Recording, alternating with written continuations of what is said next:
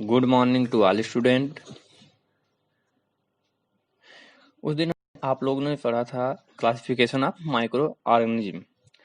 तो उसमें हम माइक्रो ऑर्गेनिज्म जो क्लासिफिकेशन था उसमें हम लोग पढ़े थे bacteria, virus, fungi, algae, protozoa, mould. तो आज हम थोड़ा थोड़ा सा इनके बारे में जानते हैं कि आखिर बैक्टीरिया क्या है, वायरस क्या है, फंगी क्या है और एल्गी क्या है, प्रोटोजोआ क्या है, मोल्ड क्या क्या है। तो सबसे पहले हम देखते हैं बैक्टीरिया। बैक्टीरिया क्या होता है? बैक्टीरिया एक स्मॉल माइक्रो ऑर्गेनिज्म होते हैं जो साधारण सेलुलर होते हैं, लेकिन इनकी कोशिका एक दूसरे से जुड़कर वृद्धि करती है।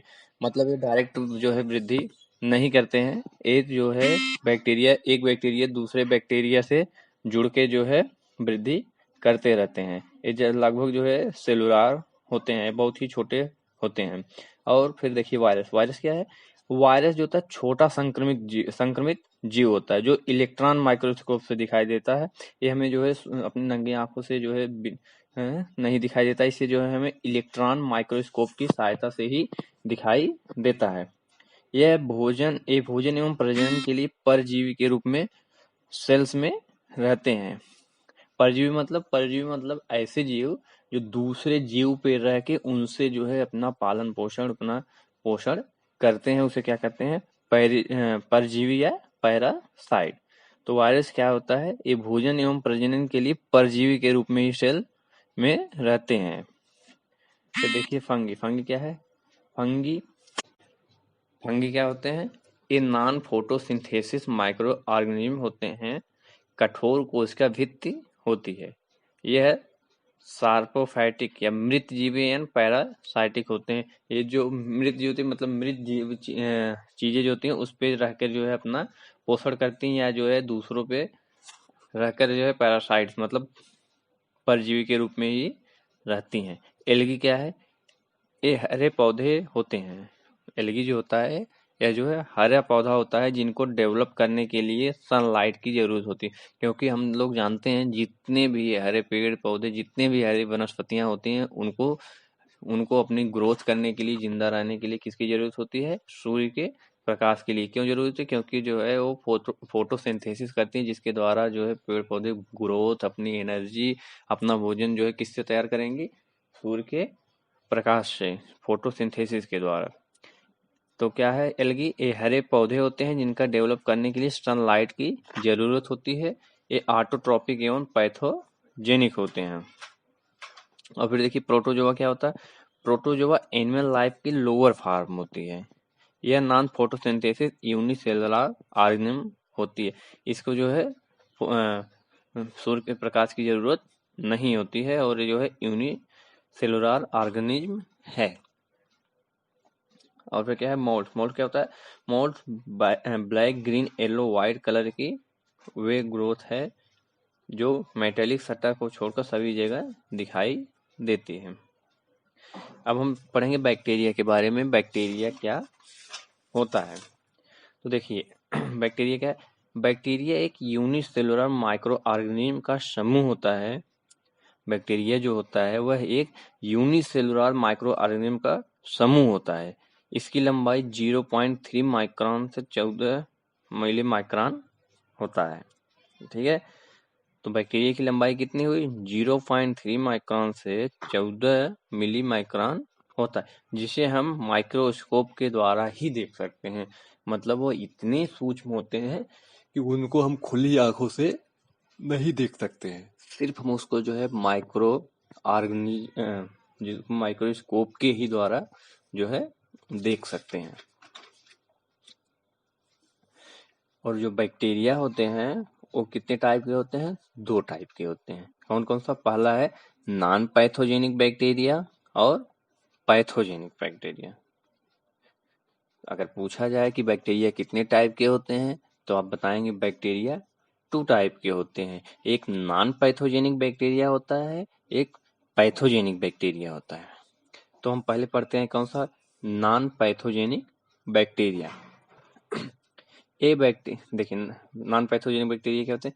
ये बैक्टीरिया कोई रोग उत्पन्न नहीं करते हैं। इनका क्योंकि नाम ही है ना नॉन पैथोजेनिक, मतलब जो कोई भी रोग उत्पन्न ना करता हो। तो क्या लिखा गया है? ये बैक्टीरिया कोई रोग उत्पन्न नहीं करते हैं, बल्कि ये मानव के शरीर को स्वस्थ बनाए रखने के लिए आवश्यक हैं।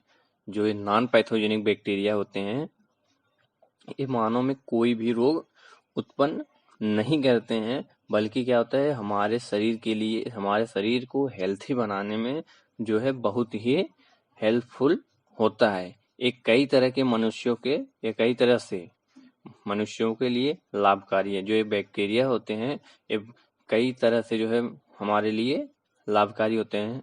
जैसे मनुष्य के स्वास्थ्य रखने के लिए आवश्यक जीवाणु कौन कौन से हैं? जैसे मनुष्य की स्किन में कई प्रकार के हानिकारक जीवाणु, जो हानिकारक जीवाणु को नष्ट करते हैं, के स्किन को स्वस्थ बनाते हैं।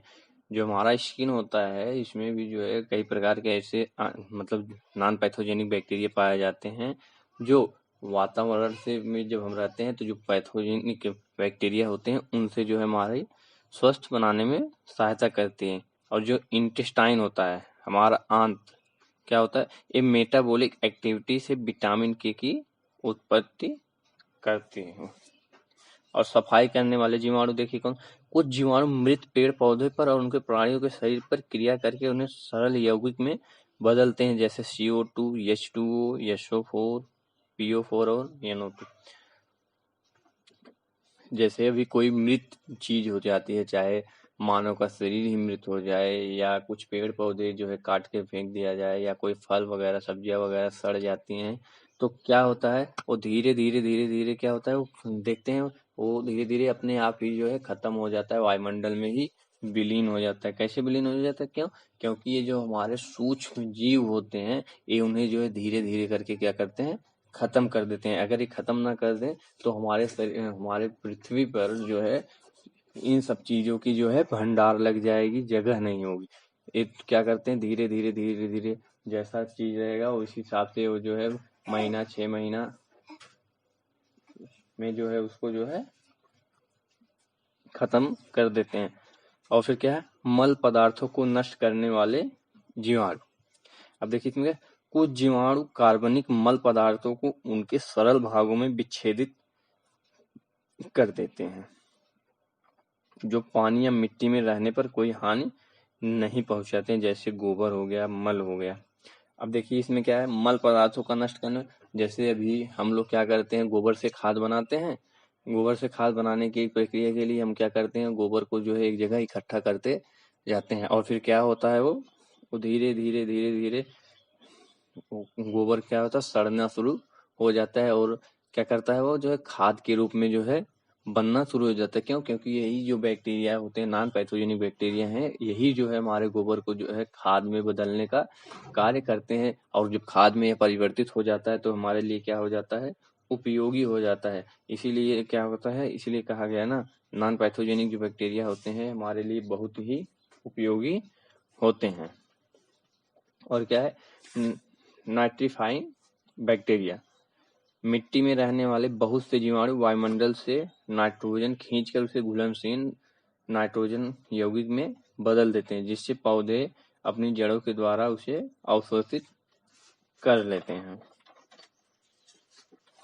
तो क्या दिया गया है, नाइट्रोजन कुछ बैक्टीरिया ऐसे होते हैं जो दलहनी वाले फसल होते हैं, जैसे क्या हो गया, चना हो गया, मटर हो गया, सेम, उड़द, इनकी जो क्या होता है, जड़ों में पाए जाते हैं। और उनका काम क्या होता है, वो वायुमंडल से जो है जो नाइट्रोजन जो गैस होती है, वायुमंडल से जो है खींच कर जो है उसको जो है सरल घुलनशील यौगिक में बदल देते हैं, और क्या करते हैं, उनकी जड़ों में जो है वो डालना शुरू कर देते हैं। जैसे क्या हो गया, चना हो गया, मटर, सेम, जितनी भी दलहनी फसलें होती हैं सब में यह जो है बैक्टीरिया पाया जाता है। जैसे राइजोबियम नाम से भी जो चने मटर के जड़ों में पाया जाता है।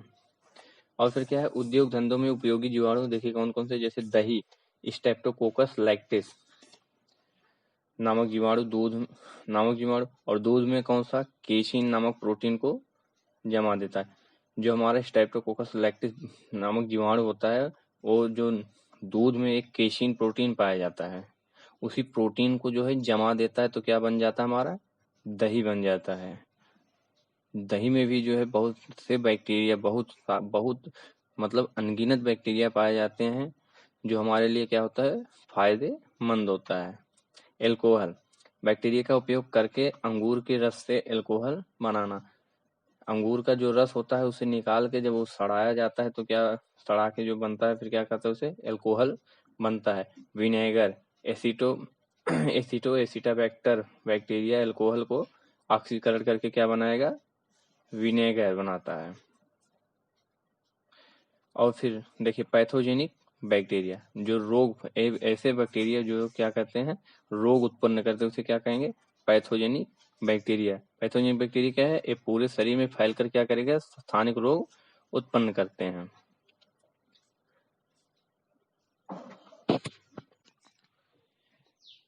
जैसे मायोबैक्टीरियम ट्यूबरकुलोसिस, ये जो है एक बैक्टीरिया होता है, यह क्या फैलाता है, ट्यूबरकुलोसिस, जिसे हम लोग आम भाषा में टीबी कहते हैं, जो क्षय रोग होता है। जो इसमें क्या होता है, हमारा लंग्स जो है एकदम से जो है धीरे धीरे खराब हो जाता है, और किसकी वजह से होता है, मायोबैक्टीरियम ट्यूबरकुलोसिस की वजह से। ये जो है बैक्टीरिया का नाम है। और क्लास्ट्रीडियम टिटानी, टिटनेस जब होता है व्यक्ति को, क्लास्ट्रीडियम टिटानी, इससे क्या होता है, इस बैक्टीरिया से जो है क्या होता है, हमें टीटनस रोग होता है। जब कभी किसी जंग लगी चीज, लोहे की वस्तु से जो है हमें लग जाती, तो इससे क्या होता है, हमें क्लास्ट्रीडियम टिटानी नामक बैक्टीरिया के द्वारा क्या हो जाएगा, हमें टिटनस।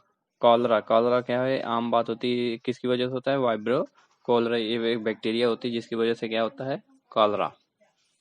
फिर क्या है, बैसिलस डेंट्रीफिकेंस, तो क्या होता है, बैक्टीरिया मिट्टी के नाइट्रोजन को, ये जो बैक्टीरिया का नाम है, ये बैक्टीरिया क्या करता है, बैक्टीरिया मिट्टी के नाइट्रेट और अमोनिया के लवड़ों को तोड़कर नाइट्रोजन को अलग कर देती है, और नाइट्रोजन की कमी होने से मिट्टी की उर्वरता कम हो जाती है। तो जो ये वो नॉन पैथोजेनिक था, ये क्या था, पैथोजेनिक। ये क्या करता है, ये मिट्टी में पाया जाता है, और मिट्टी के क्या करेगा, जो अमोनिया के लवण होते हैं उसको तोड़ डालेगा, तोड़ के क्या करता है, नाइट्रोजन में परिवर्तित कर देता है, अलग अलग कर देता है। तो इससे क्या होता है, हमारी जो मिट्टी होती है, मिट्टी की उर्वरता शक्ति जो है कम हो जाती है, तो उसमें क्या होता है, हमारी उपज जो होती है कम होती है। तो इसीलिए उसके बाद हमें क्या करते हैं, दवा का छिड़काव किया जाता है, जिससे उस उस बैक्टीरिया का क्या हो, बैक्टीरिया जो है डेथ हो जाए, जिसकी वजह से अमोनिया का भी छिड़काव किया जाता है। तो उससे क्या होती है, हमारी मिट्टी की जो उर्वरता शक्ति होती है वो जो है